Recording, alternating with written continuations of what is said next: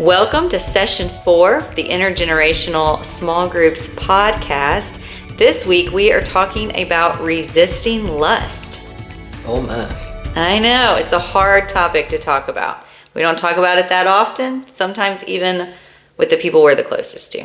And most of the taboo subjects that we don't talk about, one of the things we understand is the biblical text, and Jesus does talk about it. So we should. Jesus does not shy away from the hard topics. So here we go. Here we go. Would you read for us out of Matthew chapter 5, verses 27 and following?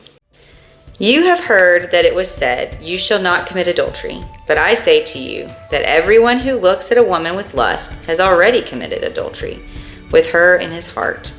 If your right eye causes you to sin, tear it out and throw it away. It is better for you to lose one of your members than for your whole body to be thrown into hell. And if your right hand causes you to sin, cut it off and throw it away. It is better for you to lose one of your members than for your whole body to go into hell.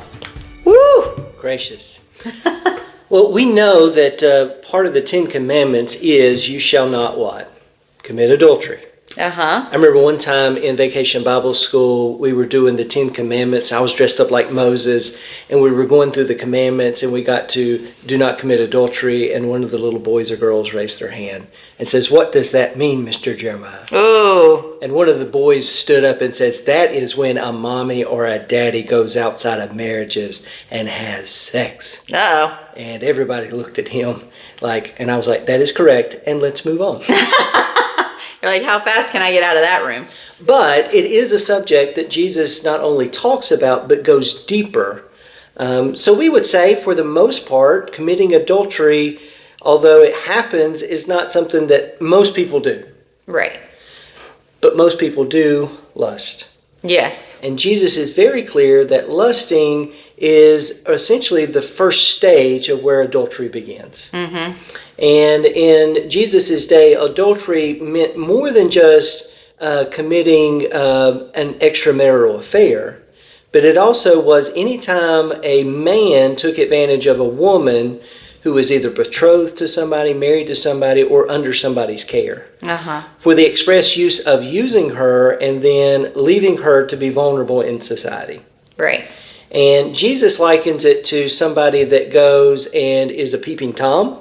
And in that day, if you were to go and to look at a woman and you were caught, you would get your eye plucked out. Oof. Or if you were caught in adultery, oftentimes your hand would get cut off. So Jesus says it would be better for you if you get into that stage where you think you're going to do something that would hurt somebody else, to go ahead and pluck your own eye out and cut your own hand off, and then for you, your whole self to be destroyed. Right. So as we think about this is really hard questions. It is. It's a hard topic. And you see how important it is, because Jesus is not like, hey, just turn your head away, right? He's like, no, referring to those customs, pluck your own eye out, cut your own hand off, Yes.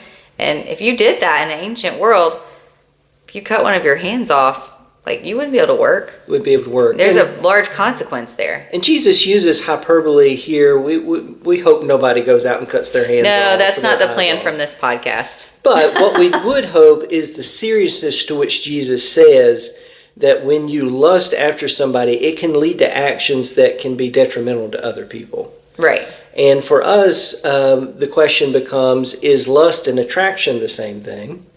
Which it's not. No. It's okay to be attracted to other people. It's when that you begin to view them in such a way that you would use them almost like a product on a shelf. Right. Where you would take them, use them, and then discard them.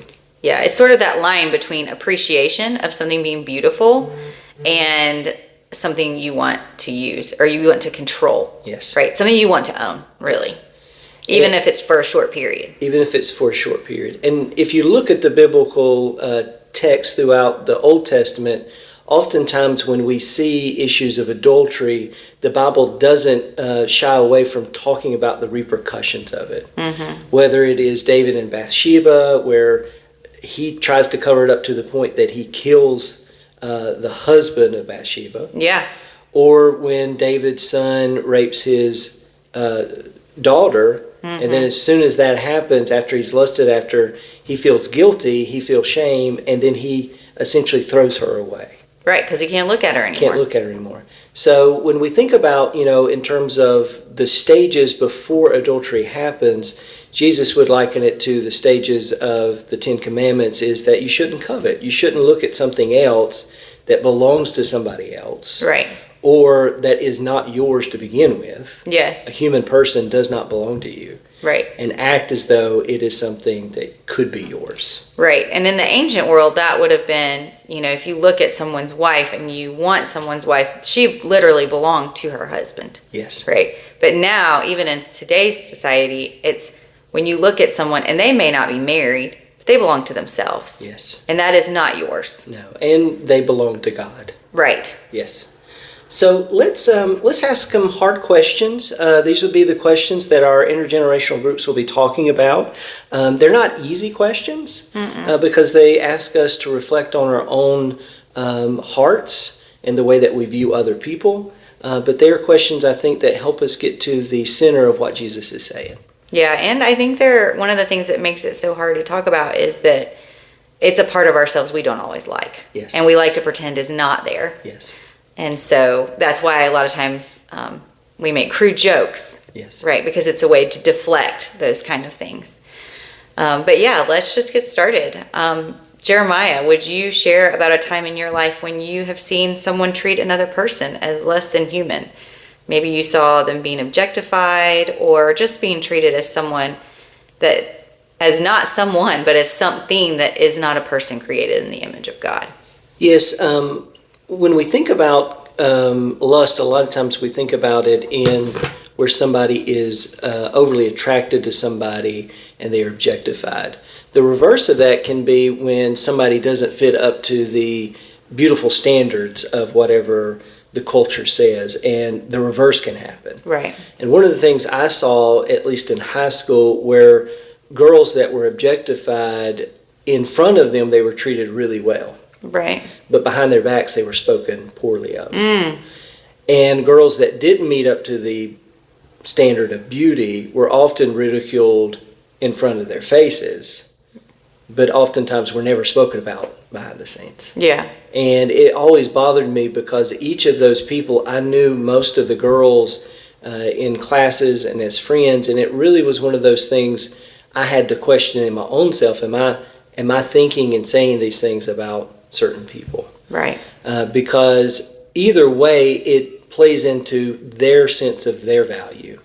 To the point there was a girl in our high school who was often made fun of because of the way she looked and dressed and acted. And she wrote a note and it was found, and she was suicidal. Oh. And we see a lot of girls and boys in our culture today who, because of the way that people view them, Right. And usually it's not as an equal, No. they often have low self-esteem to the point sometimes they don't view themselves as worthy or valuable enough to even be alive. Right. And that's hard. So I think we've all experienced that, in our adolescent years. Yes.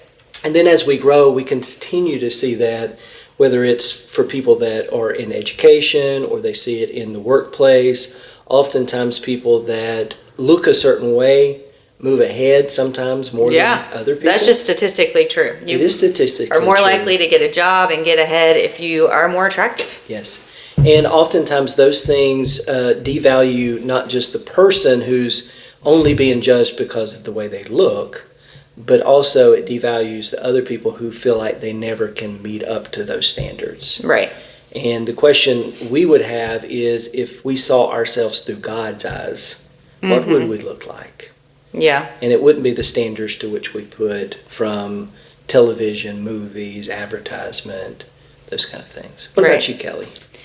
Well, I think, like you said, we see this a lot in our adolescence, and even into adulthood. And, when I was thinking about this question, there's just so many options that you see throughout life. But I think that one of the things that I can remember is as a young girl, you begin to think of yourself that way also, right? So I can remember hearing friends, and even now working with the youth and things, where they may meet a guy who treats them well and is not objectifying them. Mm-hmm. And they do not feel like that is real attraction, mm-hmm. because what they've become so used to and what you base your worth on is the idea that someone wants to possess you. Yes.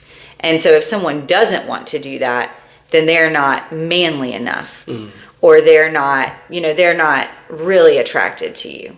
But that's the healthier way to go. And so the objectification, it's happening in the whole society around you, but then it also is happening like within yourself and the way that you view the whole world. Mm. But we were talking about this, Layla and Ella and I were talking about this the other day, and I remember when Layla was telling me about, some of the boys in her high school, and she would just say, there's a group of guys that stands there and you just walk by and they'll say smash. And when you walk by, that means that they would have sex with you. That's what that word means. Like as you walk by. And Layla is super common sense, and she's like, obviously they're morons, but that was just what happened. That was just a part of life, which is very, disappointing. It is disappointing. And one of the things that, as I've been thinking about our conversation, I looked up some statistics. And one of the statistics I think that alarmed me was how much let's say the adult entertainment industry makes in a given year. Yeah. And it's projected by 2030 that it'll make over $75 billion a year in America. And part of that is it is teaching boys, men, and women that the way that you view somebody, it can be just like you would view a television show or that you would read a book. And it becomes part of entertainment, so that you learn that these things are okay or normal. Right. And then when you talk about people, it is though you can rate them as though they were livestock. Right. Or that you could objectify them to the point that even though they haven't been a part of that industry, you think if it's okay to objectify the person on the screen or on your phone, then it's okay to do that there as well. And one of the problems I had in college, there was a website that came out in college that my roommate showed me. And it was a website called Hot or Not. Mm-hmm. Yeah. And girls would put their picture on the website to be rated. Yeah.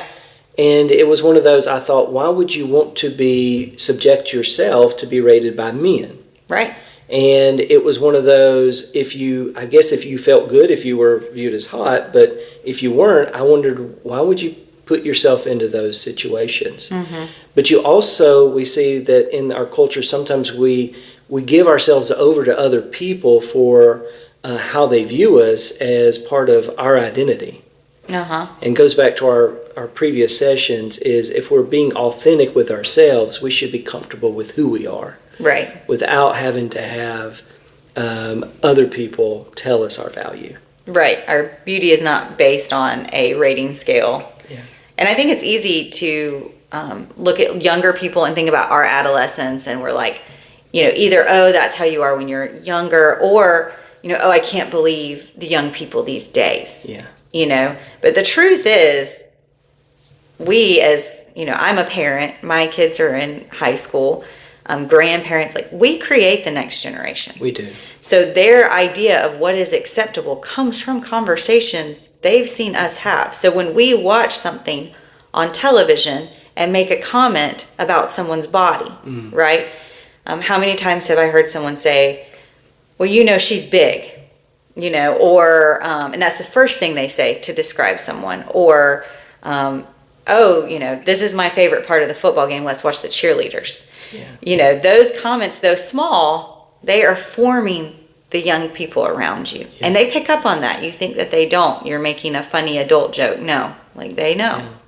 I think sometimes we look at our children and teenagers, especially with social media, and selfies and different things like that, and we make comments and jokes about it. But I think all technology does is magnify the issues that are already there. And because there's more access to show yourself or to be seen by others, we've already taught them what is appropriate, Right. or what is desirable, and they just mirror to what we've already given them.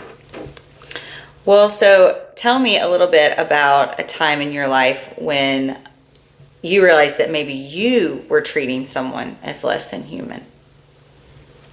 I think most of us, at least guys, are taught what beauty is, and we seek that out in terms of just looking around. Yeah. And part of that is being human, but part of it is looking and noticing, and then continuing to look and to notice. And I think in college, I got to the point where I would look at girls and I didn't see them as necessarily fully human. Right. It was just, she looks attractive. There was never a sense of, I wonder, what she likes to do, or who she is, or where she came from. Right. And I'm a good guy. At least I think I am. Yeah. I think you're a good guy, Jeremiah. But I didn't take advantage of girls. I didn't do those sorts of things. And part of it I was shy, but part of it was I knew better. Right. But I watched a lot of guys that would take advantage of girls. Yeah. Make promises to them and then get what they wanted and then leave them. And you leave a lot of broken hearts, but you also leave a lot of people wondering, am I good enough? Am I pretty enough? Am I smart enough? And that goes back to some of our other conversations. What about you, Kelly? I can remember a time in high school where you're always struggling with who you are. You're always struggling with who you are, whether you're in high school or you're in your 60s, I think. But I remember a particular time, and I had gotten into a conversation with friends and had said something I should not have said. And later on, I was a believer, and everyone knew I was a Christian. Like, that was just how my life was. I had always gone to church, and I think I called someone out on what they were saying, and they said to me, well, I remember, a few days ago when you said this. And, that's not Jesus either. And that was really hard for me, for them to say, like, and it was, what I was saying was about a guy, and it was not like, wow, he has a good heart.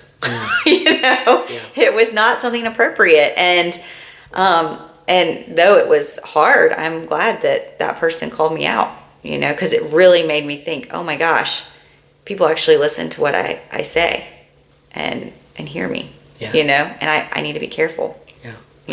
And sometimes we point out, as we'll talk later, other people's sin. No, so much easier to point out somebody else's sin than mine, right? And although it's not part of our conversation, I think in evangelical Christian life and conservative Christian life and in Christian life in general, it's easier to point out sexual sins of other people. Right. Than to actually focus on where we are struggling with our own sexuality. Yeah. Whether that is because of lust, because of pornography, because of adultery, or because of any other host of issues. So for us to hear what Jesus is saying is always to go back and to focus not on others, but on ourselves. Yeah. Yeah, that's always, I think it all, we've talked about this every week, but it all does tie into that authentic self, and that person that you are on the inside is the person you are on the outside. And that's really what that person was calling out in me. I mean, I don't know that he would have ever said, well, you're objectifying someone, but he's like, this that you're saying and now and what you were saying a few days ago, they do not line up. That's right. And you're just not being authentic. So, either say who you are or don't, Yes. Don't pretend to be what you're not. Yeah, and we'll talk about Jesus talking about treating others the way that you would want to be treated, but that goes even to the point of treating others the way that I would want my daughter to be treated. Right. Or my wife to be treated. One of our questions kind of is towards the end of our questions or our prompts is to share about a time when you had to speak truth to a friend or a family member. about how they were objectifying someone, or you had to call someone out that was objectifying you. This is hard. It goes with our truth telling. It's very difficult, especially like family members. As you get older too, when you're younger, you kind of say things that you don't think so much about the consequences. As you get older, you don't always say things because you don't want to hurt someone's feelings. You don't want to damage that relationship. But I think as a female, some of this is when you have to call that out in other people and how they view themselves, and that their worth can't be in their objectification, right? Your beauty can't be because 10 people rated you online and you look pretty. Your beauty can't be based on, if someone says smash when you walk by them in the hallway. And so I think that is one, and even I've had to tell older generations, like your beauty is not based on, someone else's definition of what that should be. As our bodies change as women, that is really difficult.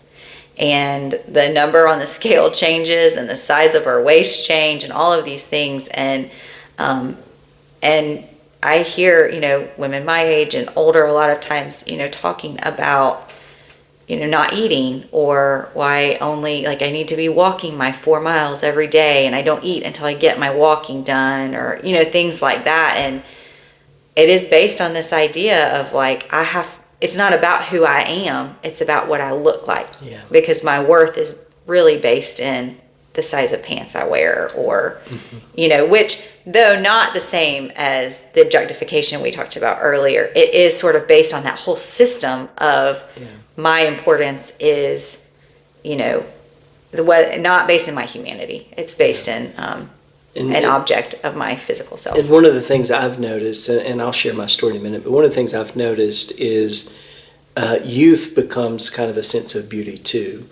And as people get older, the harder it is for them just to be who they are. And embrace that. And one of the things we notice is, people do things that in previous generations would be unthinkable in terms of plastic surgeries or certain things that they try to make themselves look like what they think beauty is. Right. To the point that sometimes when you look at that person, and I'm not judging those people that do it, there's many reasons you do it, but sometimes they become unrecognizable. Right. And for me, I lament that because they were already probably, in my opinion, beautiful. Well, and I think that gets back to what Jesus is talking about here, which is that it's not about plastic surgery. It's not about dieting. It's not about, walking 4 miles a day. It's about the motivation that's behind that. And if the motivation is, I want someone to look at me and want me, that's not a good motivation. Or to have a spouse that pushes you towards it because they want a certain kind of quality of beauty that you don't possess. And that is damaging too. Yes. Yeah. So I'll end maybe with this story. I had a friend of mine when I was in seminary called me one day, and I met him out in the parking lot, and he gets in my car and he just starts sobbing. And he'd been dating a girl for a while, and she broke up with him. And I said, well, what was going on? And he said, well, she found my search history. And he said that she found out what he had been looking at. Right. And that he tried to tell her that it was okay, that it was normal, that it was what guys do. Right. And she said, no, not anybody that I'm going to be in a relationship with. Good for her. And it was one of those things I saw that he finally got, that when we do those things, it affects our relationships with other people. Yeah. And that it isn't something that's always just private. It's not always just secret. Yeah. Because for her, she said, how could you look at me and think about other forms of women or actions that I would never, even if we were married, do. Right. And for him, he couldn't understand in that moment her position. Yeah. Later he did. And it's one of those, a lot of times when we think that what we do inside of our minds and our hearts will never be seen by others. Yeah. Eventually, though, the way that we think and we look at other people comes out into the way that we treat them. Right. And eventually how we treat other people is representation of what's going on the inside. Yes. And Jesus would say, before you treat somebody in the wrong way, examine yourself and say, if there is anything in me that's going to hurt another person, I need to get rid of it. Mm-hmm. Not necessarily ripping out an eye or chopping off a hand. No, that's not what we're condoning today. But to get rid of those desires, those emotions, or put safeguards around yourself. Right. So that you aren't tempted into those kinds of those actions or thoughts and behaviors. Right. And there are many ways for families to be able to help each other stay accountable for those kind of things, especially just like anything else, and it's uncomfortable to talk about, but pornography is just as addictive as anything else. Oh, yeah. Because it does create dopamine reactions, and it becomes an addiction. But so does, taking pictures of yourself, putting them online, and getting likes. Yeah. All of those kind of things. And video games. They all are a dopamine thing. And how we view ourselves and how we view others, if we're not careful, begins to come out in sideways that hurt other people. Yeah. But eventually will hurt us too. It's one of the questions we've asked the youth before on Sunday nights. And we have asked multiple times, if someone took your phone and took your text and they put them on the screen at church and they put your search history on the screen at church, what would that feel like? And for adults, that's hard. When you think about, okay, if someone could see everything I've ever said to my friends, to the people that I am the closest to, who would I hurt? And it's a stark, like, oh my goodness, maybe that's not what I should be saying. Yeah. So it's that revealing of your motivation and a transparency that makes us all very uncomfortable. It's a heavy subject. It's a heavy subject to talk about, to reflect about, but we hope that in your conversations as a group that you will be honest about how sometimes when we treat other people with lust, we dehumanize them. We see them not as fully human, but as something to be used and maybe even thrown away. Or something to be looked at and then forgotten, or put in the trash, or passed down. The things we're passing down to our kids. I think that another thing to remember as we're talking about this is that this is something every single person struggles with. Yes. This is not a young, old, married, not married. This is a reality of humanity. It is, and if we look at our leaders, or sometimes even our ministers, lust can lead to adultery, and adultery can lead to breakdown in not just families, but a breakdown in community and a breakdown in society. Oh yeah, it's a ripple effect. And one of the things we can say is it didn't begin with the act of adultery. Yeah. It always begins in the heart. So have conversations this week. Make sure that you pray about all of these things, and we look forward to hearing your stories. All right, we'll see you on Wednesday. See you Wednesday.